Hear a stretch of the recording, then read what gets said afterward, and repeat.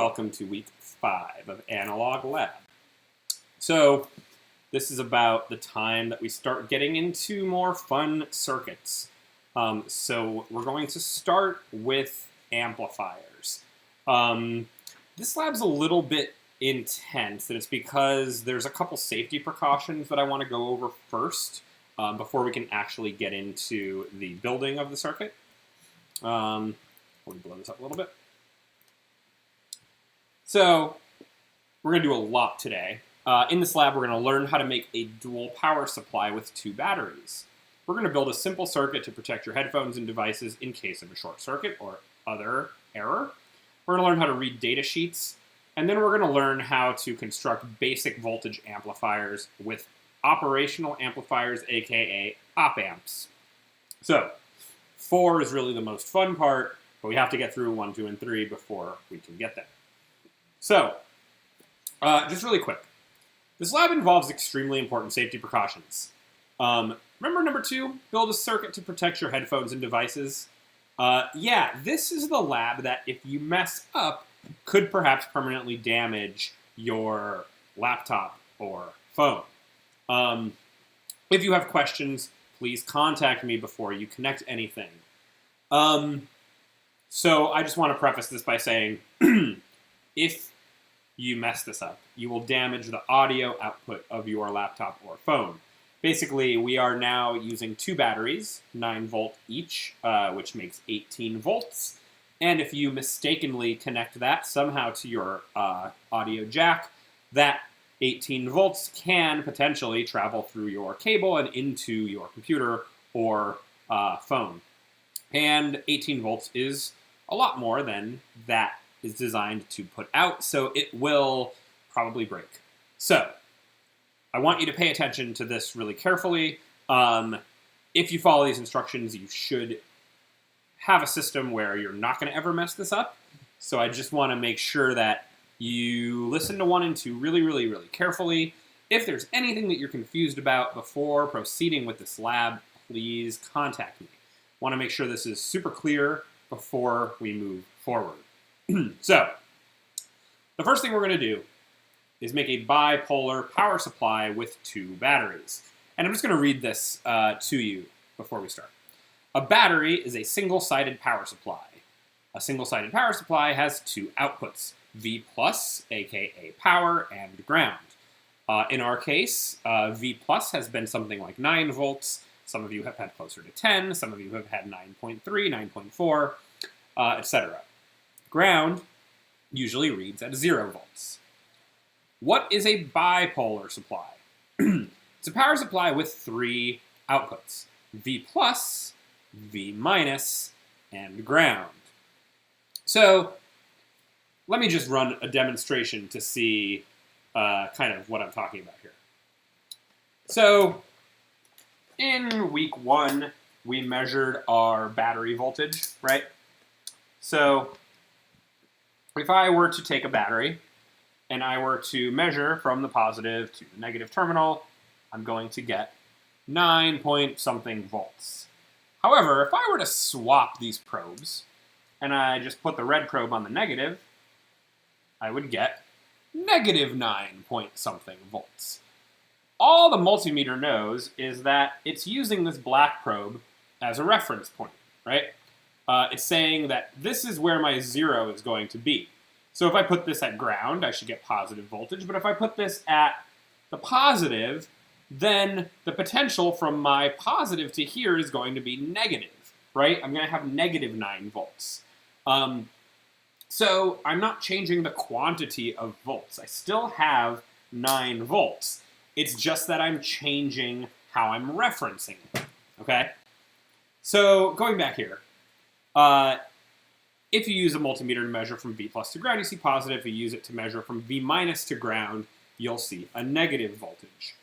So the reason we want to do this is because audio, an audio signal, is a bipolar signal.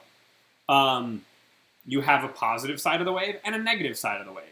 So when we build an amplifier, if we build an amplifier that only has positive, only plus 9 volts, it can only amplify the positive half of the signal, right? The upper part of the sine wave, nothing below 0. The negative half will disappear or clip or distort in a way. Same thing if we only use the negative supply. So what we're going to do is we're going to put two batteries together to make a bipolar power supply. So I'm going to scroll down in a minute, but just really quickly, just as you use black wire only for ground and red wire only for power, we're going to pick another color wire and use that exclusively for negative power, V minus. In my case, I'm going to use yellow. You don't have to use yellow, you can use green, you can use anything else, but we're going to keep that consistent for the rest of the semester.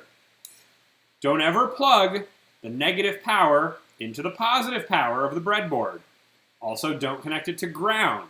Just like if you connected your plus and minus together to short a circuit, if you connect ground and negative power together, you're going to have a short circuit.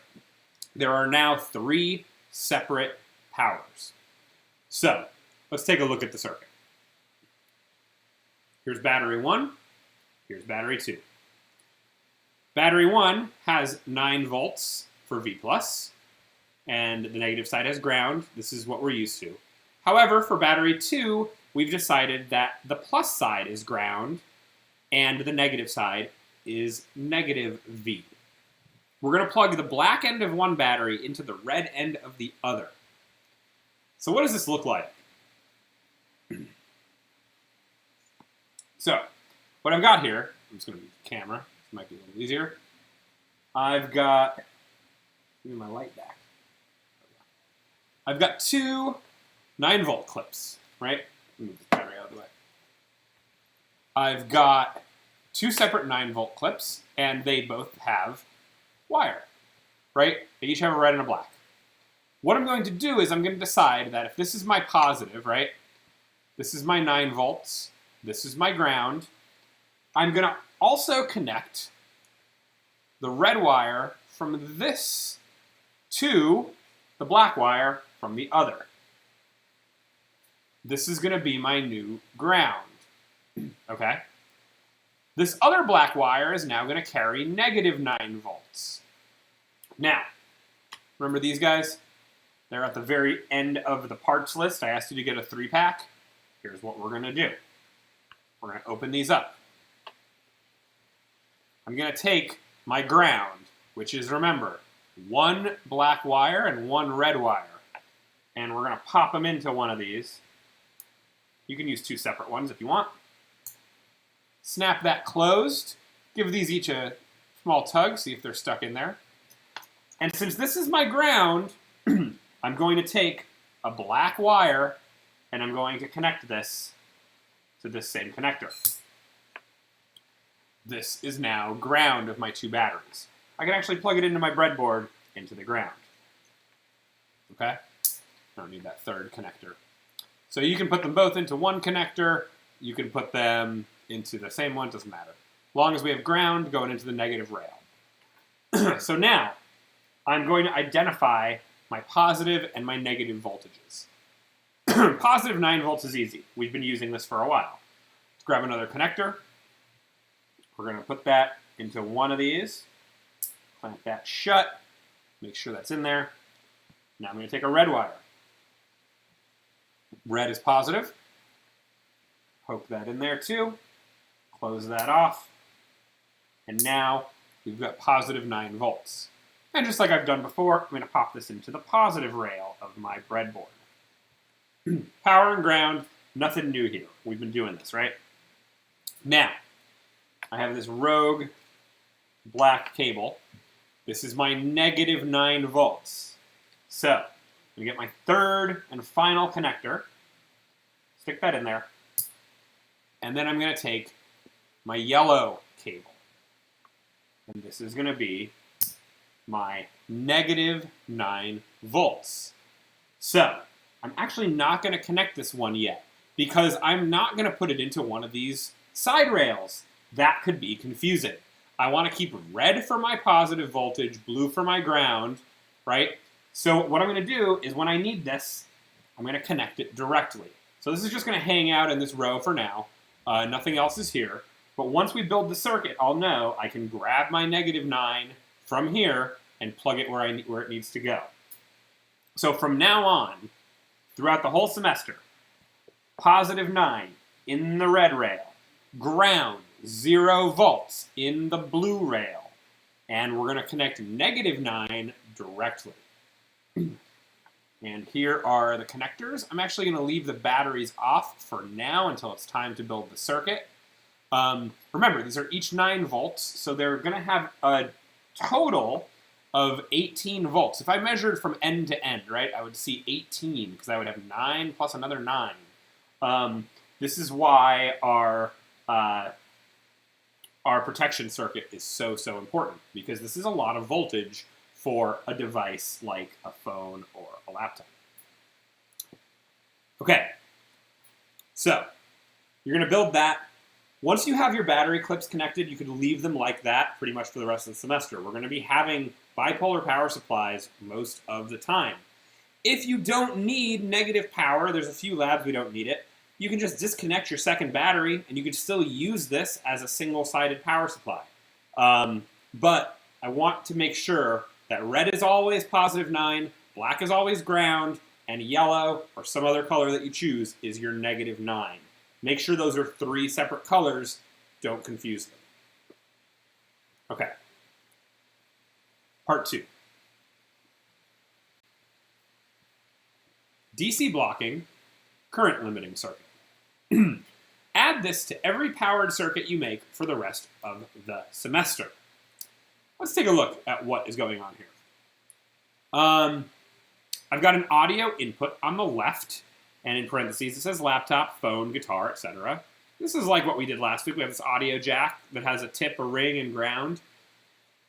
And we did this last week. We had a resistor and a capacitor right before it came out. Remember I said I would explain this more this week? Then I have my circuit, which is just this, box. This can be pretty much anything. Don't worry about it right now.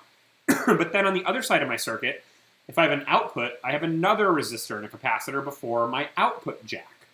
So this is an audio output. This is headphones, an amp, a mixer, a guitar pedal, anything that we could be hooking up to our breadboard to play audio through. Now, this week, I'm not going to have an audio output. I'm only going to have an input, and we're going to amplify the input. Similar to what we did last week. The big difference here is that we've got our audio input circuit going into a breadboard with 2 batteries. So it is much more dangerous than last week when we only were looking at a sine wave with an oscilloscope. We didn't have batteries. It was fine. Now that we have these 2 batteries, we really have to be mindful of what we're doing. Let me just take 1 second here.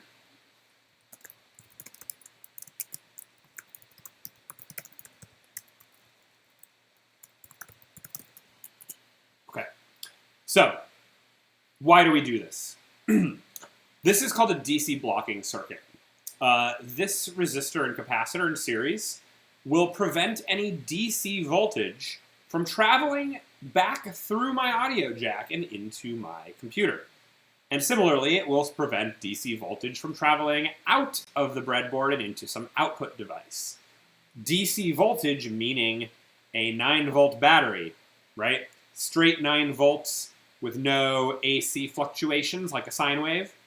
This will allow our sine waves to pass, but it will prevent any straight line voltage from going through. So, AC voltage is a wave, right? Oscillates up and down. DC voltage, always 9. It's going to be a straight line. This is bad. This is what we want to prevent. We're going to need DC voltage in our circuit to power our amplifier. We don't want it traveling through our headphone cable or going into our headphones. We're going to eventually hook up headphones to our breadboards. So this is also on the output side as well. So I'm going to set this up again, and we're going to make sure that this is always going to be on our circuit. So you'll notice here I have my oscilloscope hooked up directly Let's see. I think I got my tone generator working this week. Hey, look at that. Cool. Got a sine wave. So I got my probes hooked up directly to my jack, and I'm actually going to unplug those. And what we're going to do now is, first of all, I'm going to hook up my audio jack to the ground of my circuit, which is over here, right? Can't actually see it, but if I move this a little bit, remember I plugged ground in at the bottom of this row.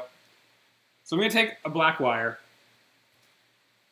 and we're going to go from, I'm going to use a blue wire, because it's the closest thing I have right now. We're going to go from the center over to ground. This connects the ground of my signal to the ground of my battery. And now, anytime I need ground, I've got it in this vertical column. Then, let's take a look at my circuit. I've got a 220 ohm resistor. Last week we used a 100 ohm. They will both function similarly. The 220 is going to be a little bit better for blocking the DC voltage. So let me just make sure I have one over here. Okay. So we're going to go from the tip, which can be either side of my jack, into a 220 ohm resistor. 220 ohm, not kilo ohm. If this gets too big, it's going to actually reduce the volume of our signal, which we don't want to do. We're going to use a relatively small resistor so that all we're doing is filtering, not reducing the volume. And then, after that resistor, I have my 10 microfarad capacitor. Same thing I had last week, which is going to be after my resistor and into another row. I'm being pretty, not space conservative here because I want you to see where these parts are connected, but I would recommend from now on just leaving this entire circuit at the top of your breadboard. So feel free to condense this into a couple rows because you should just kind of leave this on all the time. We're always going to have the DC blocking circuit whenever we use our breadboard with batteries because we want to make sure we don't accidentally hook up our batteries to our jack, okay? So now, let me just double check that I'm still getting signal here. I'm gonna come out of there with my red probe. I'm gonna go to ground, and we're gonna play my sine wave, and it should look pretty much the same as it looked before. Let's see. I've got a pretty low volume, so I'll just crank that up a little bit, just so I can see what's happening here. Let's go through my headphones. And let's see. My volume still, let's flip that down to, there's 1 volt. Cool. All right, so I've got my 1 volt peak to peak. I'm just going to set it so it's on the line by adjusting my volume. So I've got the same thing I made last week, except now I'm going through my DC blocking circuit. This is pretty much identical without the potentiometer to what we made last week. So there's my oscilloscope. I've got the sine wave in there, and I've got the probes in the right places, right? I'm just going to take the oscilloscope out for now, because we're going to do a couple other things before we bring him back into the mix. Okay. So, what I'd like you to do for this part is explain in a sentence or two why adding a resistor and capacitor on the inputs and outputs of your circuit is a good idea. I just went over a lot of reasons why. So, if you still don't know, maybe Google it. This is going to be probably the most important safety feature of this class. I've been teaching this class for years. It has never happened to me. I believe Professor Litt has had an audio jack get fried, which is why we are harping on the importance of this. So, if you don't want to damage your devices accidentally, just please be mindful of this circuit. So, let's start getting into the fun stuff of this lab. Data sheets. Every single component you buy has a data sheet. A data sheet is a document created by the manufacturer that outlines every detail that you would ever need to know. It's going to tell you how many volts it can take, how much current, the temperature it operates from, like how it fluctuates at different temperatures, all this stuff. Today, we are going to use a component called an op amp, or an operational amplifier. It's a chip, and it's going to be used to create a voltage amplifier. As you can imagine, we're going to take our 1 volt sine wave and we're going to amplify it to be a bigger sine wave. We couldn't do this before. Remember, the potentiometer only tapers it to a lower voltage. We can't actually increase the voltage without something like this.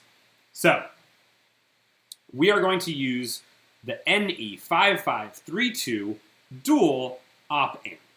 The dual part means that there's 2 op amps on 1 chip.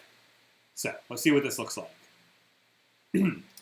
I've brought a couple op amps, and there are actually a few different kinds here. I don't know that I'm going to be able to show you on this camera, but if I look at this up close, super up close, it's going to say, focus, focus, focus, focus,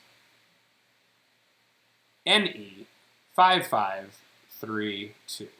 All right, I think that's the best I can do. Also take note of that little dot. I'm going to put this back on the table so the dot is facing up. I also brought a couple other op amps.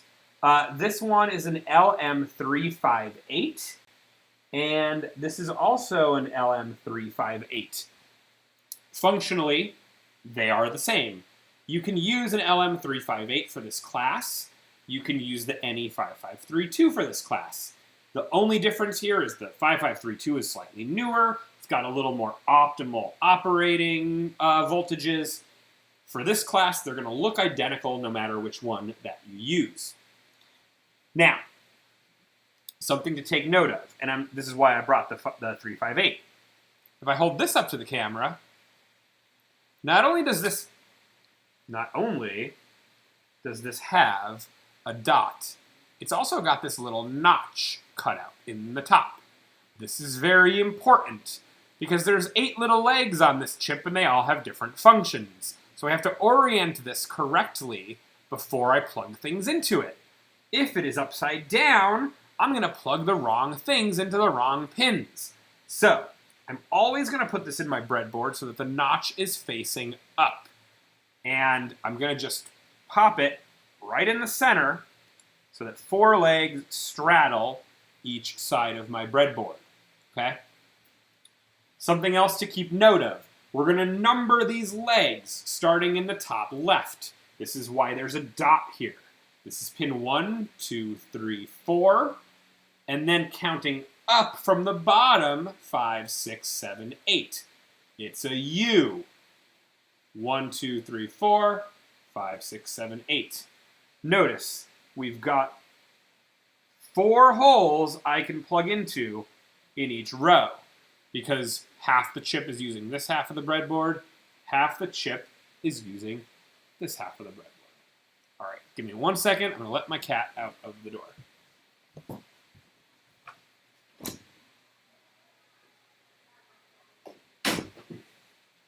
All right. She's not into this. Okay. So I've got my op amp in here, and now let's go back and just talk about this a little bit more. So I have a data sheet here. The Ne5532 data sheet is identical to the LM358. I can actually, I'll just open this in a new tab. And let's take a look at it. So this is what a data sheet looks like. It is 24 pages long. We are not going to look at all 24 pages because there's so much information on here that we don't care about. As you can see, it tells us our input noise voltage. It tells us the unity gain bandwidth. It tells us how much of a voltage gain we can get. Peak to peak output voltage swing. There's a bunch of different parts that we can get. it even gives us some schematics of what we can build.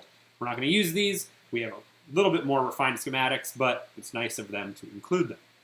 What I am actually looking for here is one specific image. And it is going to be on page 3. Right? Let's see. Page 1, page 2, page 3. Here we go. Pin configurations and functions. So, let's take a look. I'll make this a little bit bigger. So, remember how I said this is a dual op amp, meaning there's 2 op amps on one chip? Well, as you can see, this side is labeled 1 out, 1 in minus, 1 in plus. There's 1 op amp. And this side, it has 2 out, 2 in minus, 2 in plus. There's my second op amp. Each op amp takes 3 pins. It has what's called a non-inverting input, which has a plus, an inverted input, which has a minus, and an output. Doesn't matter which side of the chip I use. Today I'm going to use the left side. You could use the right side. It doesn't really matter. As long as you plug in the right things to the inputs and the outputs, both sides will be identical. On pin 4, I've got VCC minus. On pin 8, I've got VCC plus. And if I scroll down, if I wasn't sure what any of this was, it tells me 1 in plus, non-inverting input, inverting input, output, same thing. And then at the bottom, it says my VCC plus is my positive supply, and my VCC minus is my negative supply. Here's where we get our +9 and our -9. If I totally didn't know how much voltage I needed to power this thing, I could go up to the first page, and usually it tells me, well, maybe it's not on the first page. Usually in this pack of 24, here we go, my supply voltage can go from 0 to 22 volts. My negative supply can go from -22 to 0. So I'm going to use 9. I can go way more. I can go less. But because I have 9-volt batteries, we may as well use them. My input current goes from -10 milliamps to 10 milliamps. So we're on pretty small scale with regard to current. These are absolute maximum ratings. So is my temperature ratings, which, 150 degrees Celsius, we're not going to get there. And the rest of this is really just a whole lot more information about this one little chip, in case I ever needed to know all of this stuff. But we're not going to get into all this today. Feel free to read through data sheets in your own time. When you open this, this is really all that you care about, and I would recommend opening this up in a tab and just keeping it handy anytime you do these labs, because we're always going to double check that I'm plugging things into the right places. So I'm going to be toggling back and forth between the lab and this data sheet. And just to show you, if I wanted to say, like, find the LM358 data sheet, because I wanted to see what the difference was, I could find one.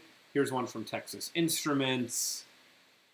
We open this up, and this is a different company, but it's going to have kind of the same stuff here. I'm going to scroll down until I find my pins.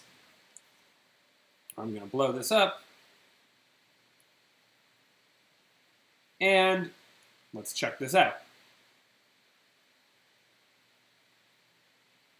Pretty much the same thing. Output, inverting input, non-inverting input.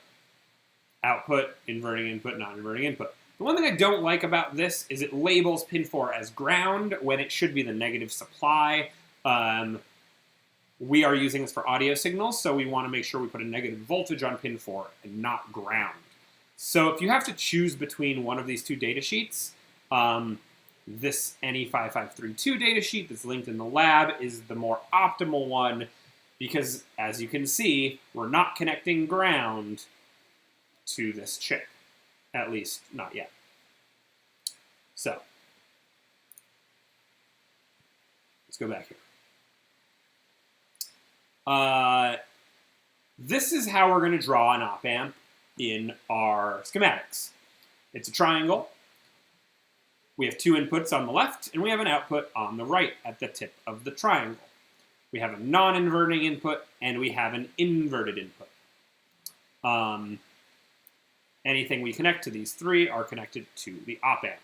Remember, there's one of these on each side, and it doesn't show our voltage connections. A lot of the time with these kinds of chips, they're not going to show that you have to connect this to power or negative power. So if you want this to work, you have to power it. If you get any chip in the future and you want it to work, you have to power it. They might not tell you that. You just kind of have to know that. Chips will not work without power. You can find the data sheet for almost any chip out there. If for some reason you have one lying around, if you have a broken piece of electronics and you want to Google the chip that you find in there, you can just search for the chip name and data sheet, and you can probably find what it does. So we're going to get into more of that later this semester. Some of this we already went over. As you can see on the data sheet, it has two totally independent op amps, one in minus, one in plus, and one out, and then two in minus, two in plus, and two out. Unless you connect them together, they have no effect on each other. We can make two independent circuits with the same chip. On page 3, you also see the pins VCC plus and VCC minus. These are V plus and V minus from your dual power supply. Almost always an op amp will omit power connections. Since you absolutely have to power them correctly, it's just assumed you're powering it properly. So before we do anything, before we even get into our amplifier circuit, let's connect our power. So I'm going to plug in my -9 that I just have hanging out here into the bottom left pin. Right? That's where my negative supply is. Then I'm going to take my positive supply, which is in the power rail, the red. I'm going to use a red cable, so I don't get confused, and plug it to the top right of my chip. Bottom left, top right, -9, +9, notch at the top. If your chip is upside down, you're going to cook it. Some of you are going to cook this chip. It's fine. It's like 35 cents. Get yourself another one. Some of you are going to want to build synthesizers at the end of the semester. You're going to need a bunch of these. If you feel like you don't have enough of these, you can order more. They're not going to break the bank. If you fry one by accident, it's fine. You're not going to break the bank.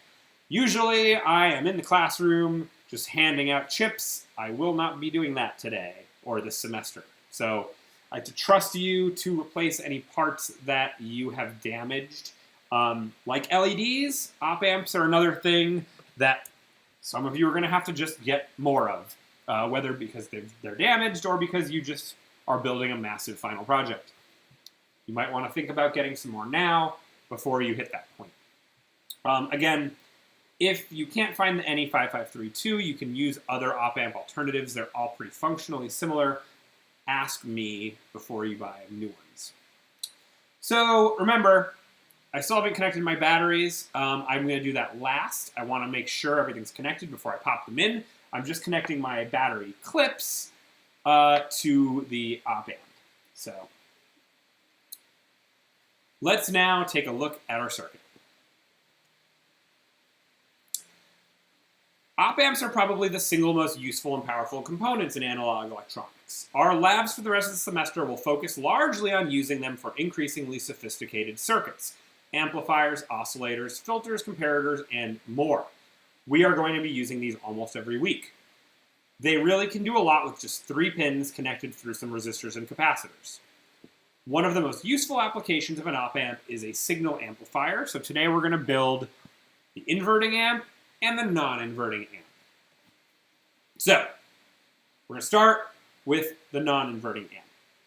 2 circuits this week, and a little bit of extra credit at the end.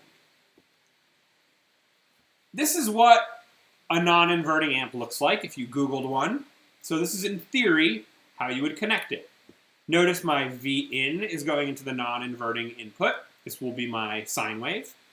And then I have R1 and R2 both connected to my inverted input.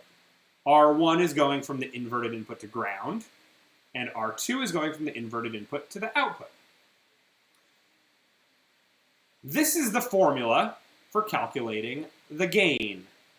V out equals V in times 1 plus R2 divided by R1. You can also divide V out by V in and say the gain equals 1 plus R2 over R1. So when we talk about gain, this is what we're talking about. We are amplifying the signal. For those of you who have worked with mixers, this is typically the first stage of a mixer. It tells you how much we're going to amplify the signal before we hit each channel. So what we're going to do, and because we have our DC blocking circuit, this is the same circuit, but we're going to add just the DC blocking and another 10K to ground. This is going to stabilize our input a little bit. This is going to be our actual circuit. So notice up here, R1 and R2 are still in the exact same place. R1 was just rotated 90 degrees, but we're running our input through our DC blocking circuit that we already built and another 10K resistor. So what I'm going to do is I'm going to build this. I'm going to take first a 10K resistor. And remember, right after my DC blocking circuit, which is up here, this is where my signal is. I'm going to pop this 10K from here to ground. And this is just going to stabilize our circuit. The oscilloscopes at NYU had a little bit of drift, so this helped compensate for that. I have yet to see what's going to happen with this guy, so we'll just see what happens. So now, I need to get from my 10K to the non-inverting input. So, like you, I forget which one that is. I'm going to go to my data sheet, and I'm going to say, okay, it's pin 1, 2, 3. I'm going to use the left-hand side. So, I'm going to go back. There'll be a lot of tab switching. And we're going to take a wire. I'm going to use a little green wire. And we're going to go from this point to pin 1, 2, 3. That's my non-inverting input. So, basically, I've now built this entire branch from input all the way up to the op amp. Now, I want to figure out R1 and R2. We are going to put a sine wave of about 0.1 volts into V in. Let's do that now, since I want to make sure I'm measuring this correctly. So I'm going to plug my scope back in. I'm going to put, let's see. I'm going to put my black probe into ground. I'm just going to put it down here so it's kind of out of my way. And I'm going to take the red probe, and I'm just going to go also into pin 3, because I want to look at this signal before it hits the amplifier. Okay? And let's just clear some space so my oscilloscope can also be in the camera. Okay, I realize this is sideways, and it's probably not ideal. So let's just see if I can make this a little bit smaller. Let's see, I'm going to change that to 0.1, and I'm going to decrease my volume so that I can have a smaller sine wave. Okay, this is roughly 0.1 volts. If I get any smaller, I'm going to be below the trigger value, so I might just keep it here. And maybe I'll just go back to my, there we go.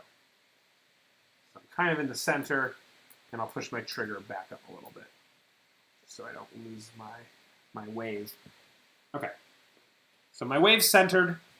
It's about 0.1 volts. So let's go back.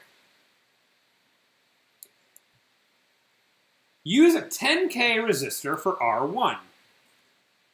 Calculate the resistor values so the amplitude of the sine wave at V out is 0.2 volts, or a gain of 2. Take a photo of the scope showing the input, then the output, with the output wave twice the amplitude of the input.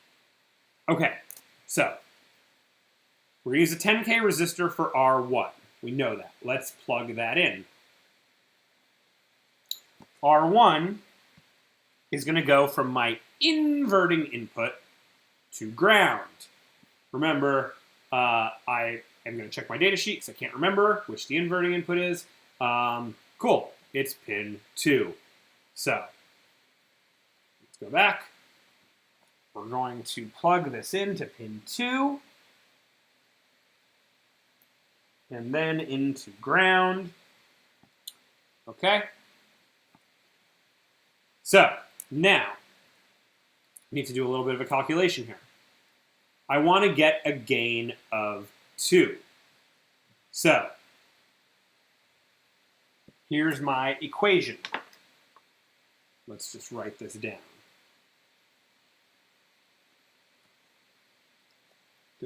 Now.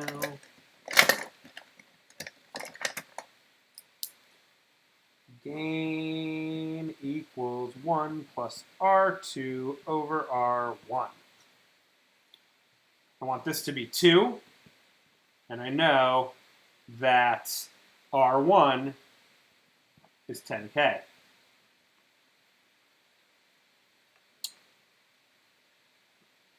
And this is going to be behind my face.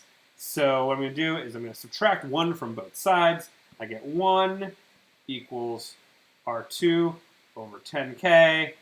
So what is R2? 10K. 10K divided by 10K is 1. These resistors are the same, right? R2 divided by R1 is 1. 1 plus 1 is 2. That gives me my gain of 2. So, looking back at our schematic, R2 is going to go from my non-inverting input to the output. Let's add that. I forget what pins those are. My inverted input is 2. My output is 1. So I'm going to take my last 10K resistor.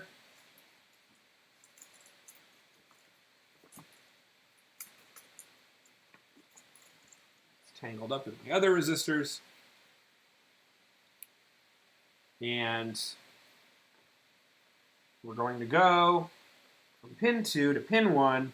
It's going to be a really short distance, so I'm going to kind of squeeze the legs together.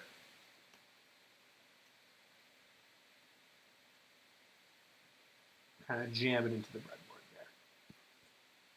Okay. I know this is kind of crazy, so let's review. We're using the left side of this op amp. I'm going to unplug the oscilloscope just so we can see what's going on. Here's my plus 9 volts in pin 8. Here's my negative 9 volts in pin 4. In pin 3, I've got my input coming from my DC blocking circuit. In pin 2, I've got a 10K resistor going to ground. And from pin 1 to pin 2, I've got another 10K resistor. So what I'm going to do now is I'm going to take 2 photos. I'm going to take a photo of the input wave and then the output wave. So, I will also want to see your calculations. The output wave should be clearly twice as big as the input. So, let's see how this goes. I have to put my oscilloscope back into the input, which is pin 3. Cool. And let's take a photo of that.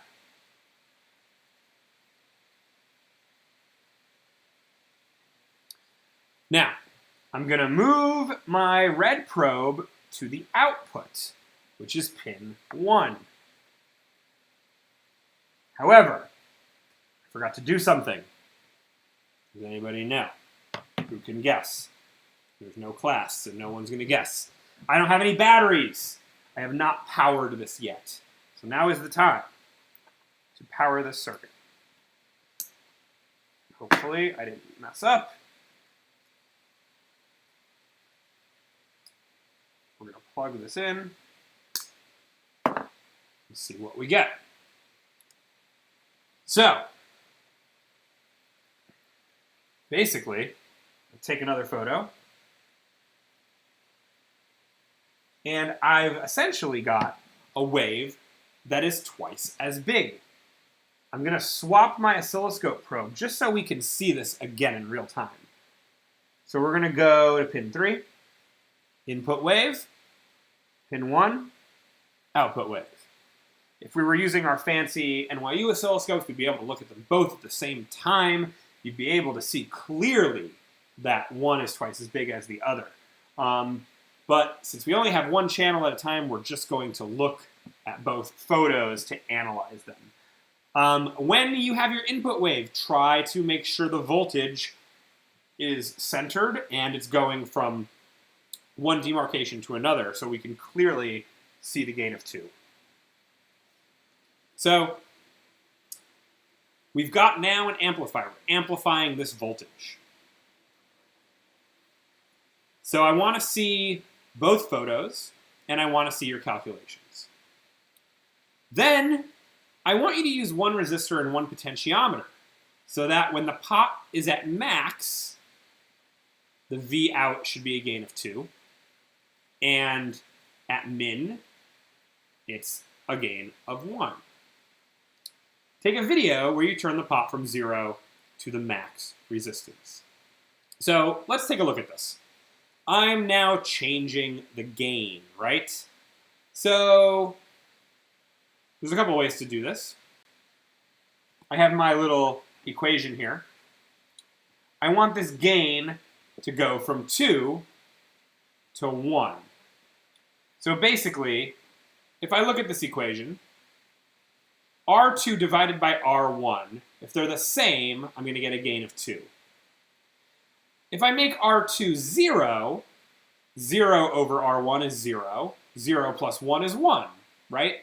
So if I use R2 as my pot, and I go from 0, which is a gain of 1, to 10K, which is a gain of 2, that will fulfill the requirements of this question. So remember, R2 is the one that's going from pin 1 to pin 2. We're going to pull that one out. And I'm going to unplug the oscilloscope for now. Now, this is a 10K pot. Here's what not to do. You cannot plug these 3 pins directly into these 3 pins, because what you're going to do is you're going to create a voltage divider on top of your op amp. We're going to actually put this above it, and we're going to run 2 wires up to this, from pin 1 and pin 2. And I'm actually only going to use 2 of the potentiometer pins. I'm going to use the middle and one of the ends. I don't have to use all 3. So, we're going to get 2 wires. I'm going to go from the middle of my pot to pin 2. And then I'm going to go from another side of my pot to pin 1. And now I'm going to look at the output, which is pin 1 of my chip. Right? Slide this back over so we can see. So this potentiometer is somewhere between 0 and 10K. I'm going to turn it, see what happens. So that's at one end max. And then I'm going to turn it down the other way. And that's the other end. And if I compare this to the photos I took, you'll see that when the pot's all the way down, this should match my input. This is a gain of 1. When it is all the way the other way, it's at 10K. 10K divided by 10K is 1, and 1 plus 1 is 2. So now I've got a gain of 2. So what I'd like you to do is take a video of this while you turn the pot. This should be very familiar because you did it last week. And I want you to tell me what the gain is when the pot is at both ends. So 0 and 10K. I've mentioned this a lot, so this should be pretty easy. Okay, that is a non-inverting amp. So what you probably noticed about this is you can never get a smaller voltage than your input voltage, right? If my pot is all the way at 0, and I move my oscilloscope probe just to the input, this looks like identical, right? I have no gain, but these two waves are the same voltage. I can't get less than my input voltage. So if you're going to take away one thing from the non-inverting amp, it's that the smallest gain you can have is a gain of 1. You cannot taper volume. However, I can choose different values for R2 and R1. I don't have to use 10K. I can use pretty much any value. It's all about the relationship. R2 divided by R1 is going to give you that gain. So if you use a bigger resistor, you can get a bigger gain. So we're going to do that in future labs. But that was only half of our lab. Now we're going to move on to inverting amplifiers. So in theory, this is how you build an inverting amplifier. Now, I want you to take a look at what's different. Notice, both resistors are still hooked up to the inverted input, right? If I scroll up to here, notice R1 and R2 are both connected to the inverted input. But on my inverting amp, my V-in is going in series with my R1, which in this diagram is called R-in. And my non-inverting input is just connected directly to ground. So this is a little bit different, and my formula is a little bit different. V out equals negative V in times R2 over R1, or in this case, RF divided by RN. You can also say gain equals negative RF divided by RN.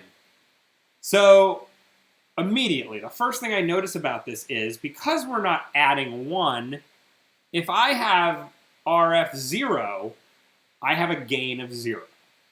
So right off the bat, I know, okay, the inverting amp, this can go to nothing. I can taper this all the way down to 0. It's also going to be the opposite of my wave. If I have a sine wave going in, I'm going to see the opposite sine wave on the output side, and we'll take a look at that. So here's our circuit with our DC blocking. Now, a couple things to note here. We lost our 10K resistor that's right after the DC blocking circuit, the one that goes to ground. Also, our R1 is in series with our DC blocking circuit. And when we're looking at the signal, we want to make sure we look at it before R1. So when I'm placing my oscilloscope probe, I want to make sure I place it between the capacitor and R1. So let's go back to our breadboard. I'm going to take off my batteries just because I don't want to mess anything up while I'm rewiring this. This is actually good practice because you might accidentally connect something you don't want to. Unplug my oscilloscope probes as well. And let's just remove a couple things. The pot wires can go. Put those over there. I'm going to take out all the resistors, but I'm going to leave the power wires here. And so now all I have is the op amp with +9 and -9 volts, right? My input is still here. I just connected it to nothing. What I'm going to do is I'm going to use a 10K resistor for R in. And this is going to go in series from the capacitor to the inverting input. You might not remember, so we're going to look. Inverting input is still pin 2. So we're going to put this resistor from pin 2 to my capacitor. Now I'm going to keep this green wire here just so I don't forget where my signal is. I'm going to take this and go from pin 2 all the way up to this green wire. And the other thing about this circuit, and this is the thing everybody forgets, is my non-inverting input is connected to ground. So let's do that. We're going to take another black wire, because I don't want to mess this up. And I'm going to connect pin 3 to ground. Okay. So, now,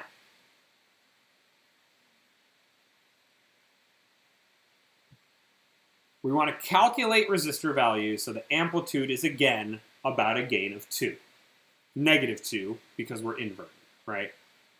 If we have 10K for Rn, my RF needs to be what? Well, gain is RF divided by Rn. This is 10K. This should be 20K, right? So, let's see what I have here. I probably don't have 20K. I might have a 22K, which is going to be red, red, orange. Let me see if I have that in my stockpile here.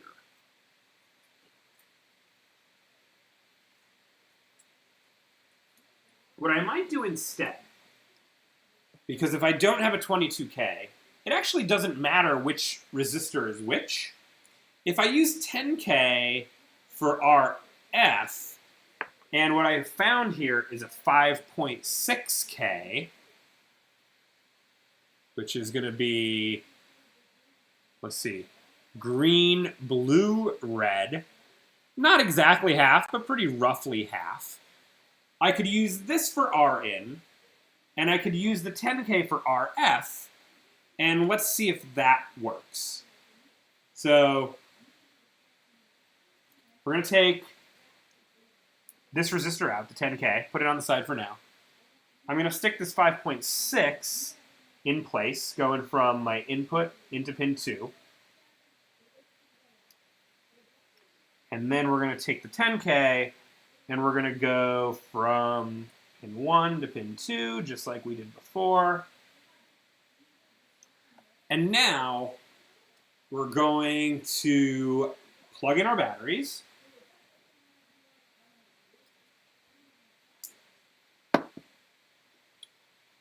And let's see what our wave looks like. So first thing, I'm going to actually take my probe and I'm going to look at the input right here where it's going in. It's a little unsteady. Let me just increase the volume a little bit just to try and stabilize this a little more.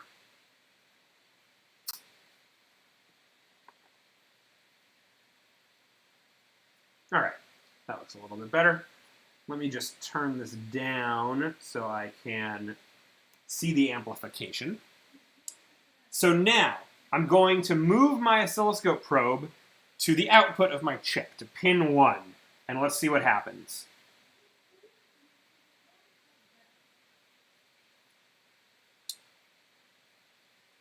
Nothing. I lost it. So let's see. I have batteries.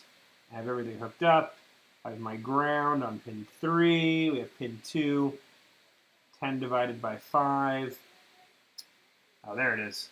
Something wasn't connected all the way, it looks like.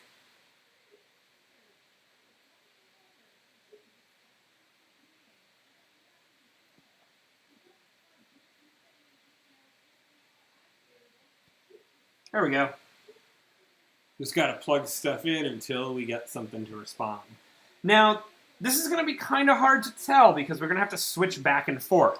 So what I'm going to do is I'm going to calibrate my input until I can tell what the wave is, right?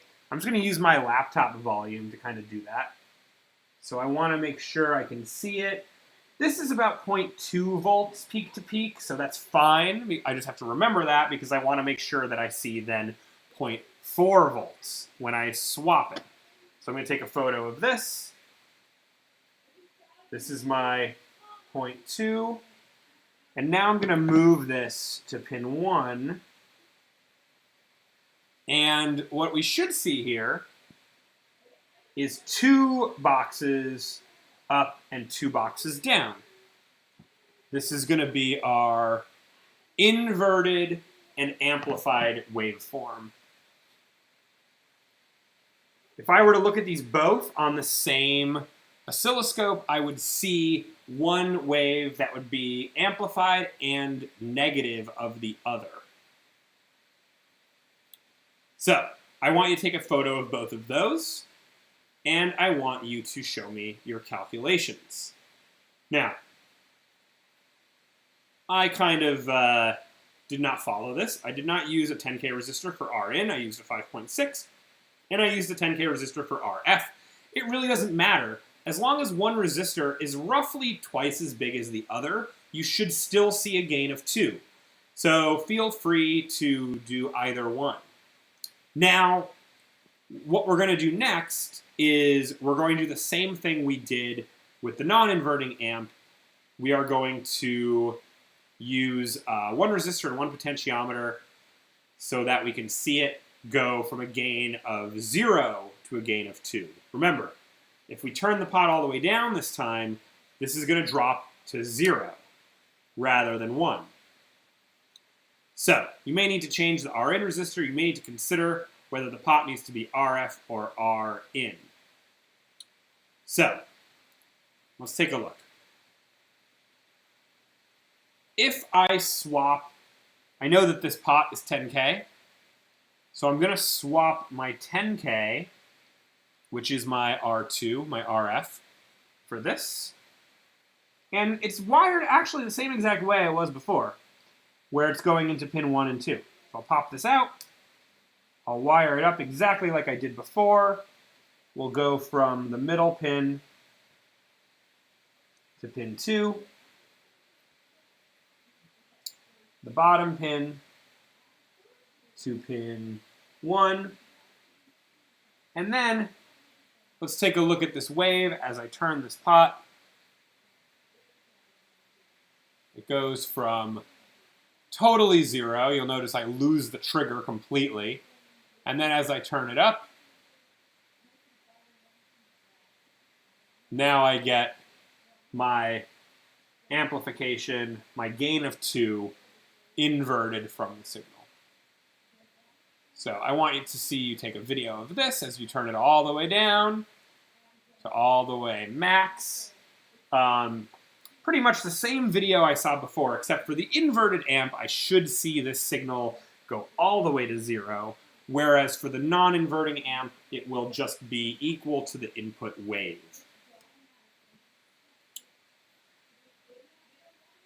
So, there is one more part, extra credit, while you already have this hooked up. I want you to replace the potentiometer with a photocell and see what happens. For an extra point, explain to me what you see in terms of gain and voltage. And that's it. Update your troubleshooting log. So there's a lot. This is a long, long lab. I'm going to just review everything one more time just so you have this checklist. So we're going to go up to the top. You're going to build your bipolar power supply. You're going to explain to me what this DC blocking circuit does and why it's a good idea. This is extremely important. I'm going to reiterate again, if you're watching this and you're not doing the lab, please, please pay attention to this and make sure you build this correctly. You're going to look at data sheets, and you're going to build a non-inverting amplifier and an inverting amplifier. For the non-inverting amp, I want to see a photo of the input wave and the output wave. One should look twice as big as the other. And then I want you to replace the R2 with a potentiometer where you turn the gain from a gain of 1 up to a gain of 2.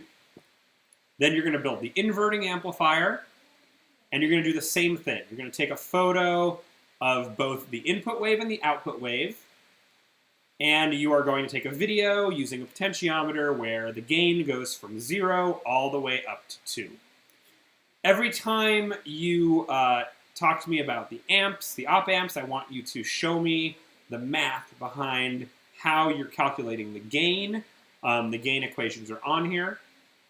And for your photocell, if you want, you can probably find the data sheet and find the min and max voltages, or sorry, min and max resistance of your photocell to determine what the gain might be for your photocell.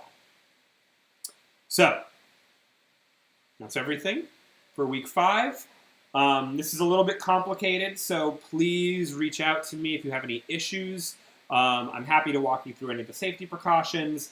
If you have issues with your oscilloscope or your batteries or anything related to this lab, please let me know so that we can talk about it before we get into more advanced stuff. We'll be doing more circuits with op amps moving forward, and we can do really fun stuff with this, like build oscillators, build tremolo. This is kind of the building block of a lot of our future circuits. So that's it for today. I'll talk to you all in office hours, and yeah, enjoy your week.